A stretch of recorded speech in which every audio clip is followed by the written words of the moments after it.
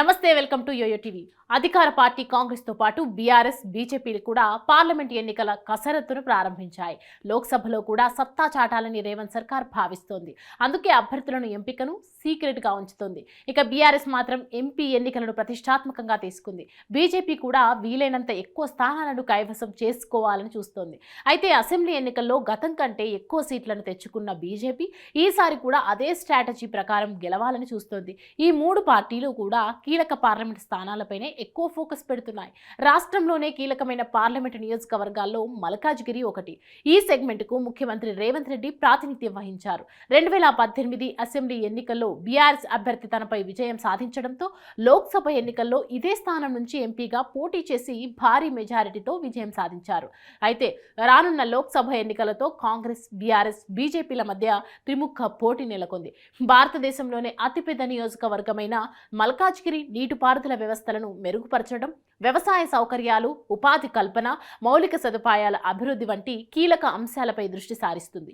30 లక్షల కంటే ఎక్కువ జనాభాతో 2024 లోక్సభ ఎన్నికలలో కీలక పాత్రను పోషించే 25 లక్షల మంది ఓటర్లు ఉన్నారు. మల్కాజ్గిరి అన్ని లోక్సభ స్థానాలలో అత్యధిక ఓటరు గణనతో బీజేపీ పోటీని చూస్తోంది. విద్యావేత్త మల్కా కొమరయ్య స్థానిక గుర్తింపు మద్దతుపై ఆధారపడిన కాంగ్రెస్ కు చెందిన సీటుపై దృష్టి సారించారు. పోటీలో ఈటెల రాజేందర్, మాజీ ఎంపీ చాడ సురేష్ రెడ్డి ఉన్నారు. ప్రముఖ టాలీవుడ్ నిర్మాత, కాంగ్రెస్ నాయకుడు బండ్ల గణేష్ మల్కాజ్గిరి లోక్సభ టికెట్ కోసం దరఖాస్తు చేసుకున్నారు. బండ్ల గణేష్ కాంగ్రెస్ విజయంపై విశ్వాసం వ్యక్తం చేస్తూ తెలంగాణ ముఖ్యమంత్రి రేవంత్ రెడ్డి నాయకత్వాన్ని ప్రశంసించారు.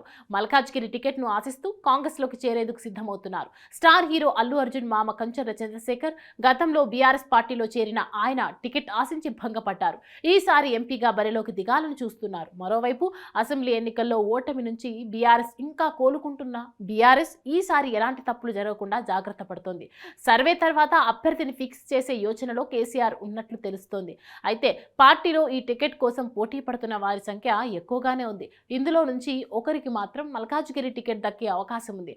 మొత్తంగా చూస్తే మల్కాజ్గిరిలో ఈసారి త్రిముఖ పోరు తప్పేలా కనిపించడం లేదు. మరి ఈసారి మల్కాజ్గిరి స్థానం ఏ పార్టీ గెలుస్తుందో తెలియాలంటే కొద్ది రోజులు వెయిట్ చేయాల్సిందే.